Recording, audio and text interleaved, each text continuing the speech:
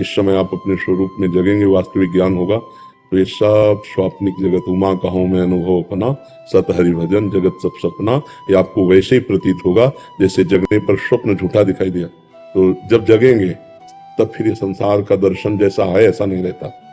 जो सब भगवत सर्वम खलमिदम ब्रह्म नेह नानास्ति किंचन, किंचन मात्र कुछ और नहीं, एकमात्र ब्रह्म ही है। तो ये सब भेद है। कब तक है? जब तक तुम्हें ज्ञान नहीं हुआ। और जब ज्ञान हो गया तो भगवान कह रहे ना, विद्या विनय संपन्ने ब्राह्मणे गविहस्तनी सुनीचय सुपाके चा पंडिता समदर्शिना।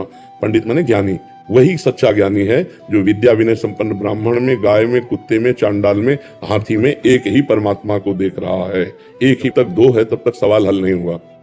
और जब एक ही पूरे सवाल में शेष बचे, एको ब्रह्म द्वितीयो नास्ति, तब आप जग गए हैं। अभी एक है क्या आपकी दृष्टि में? अनेक है ना? अनेक है। तो अनेकता मिटा दिया जाए। बैठा हुआ है बिल के अंदर और आप ऊपर से लाठी चला रहे हो तो सांप पे कोई फर्क पड़ेगा क्या?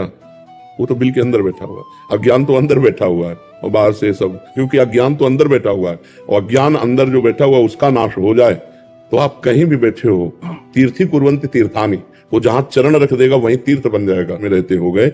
ईमानदारी से कहा जाए तो एक सेकंड भी आप अपने से नहीं मिले, एक सेकंड भी आप अपने से नहीं मिले। आप अपने को नहीं जानते। आप केवल आपका परिचय पूछा जाए तो शरीर संबंधी ही परिचय देंगे। मैं यद्यपि मृषा छूटत कछ नहीं, इसीलिए भजन करना है। भजन के बिना ये जागना नहीं हो सकता। जितना नाम जप करोगे उतने ज्ञान प्रकाशित होगा और जितना ज्ञान प्रकाशित होगा उतना जगे हुए पुरुष माने जाओगे। ऐसा है जो माया मुक्त होने के लिए ज्ञान पाना चाहता है। नहीं, ज्ञान सब अर्जन करते हैं लेकिन उसका लक्ष्य समाज प्रियता, प्रतिष्ठा, रुपया, पैसा, गाड़ी घोड़ा, यही संसार है। तो ये ज्ञान किस काम का? ज्ञान ही तो है। तो ये जो जगना है ये ज्ञान में जगना।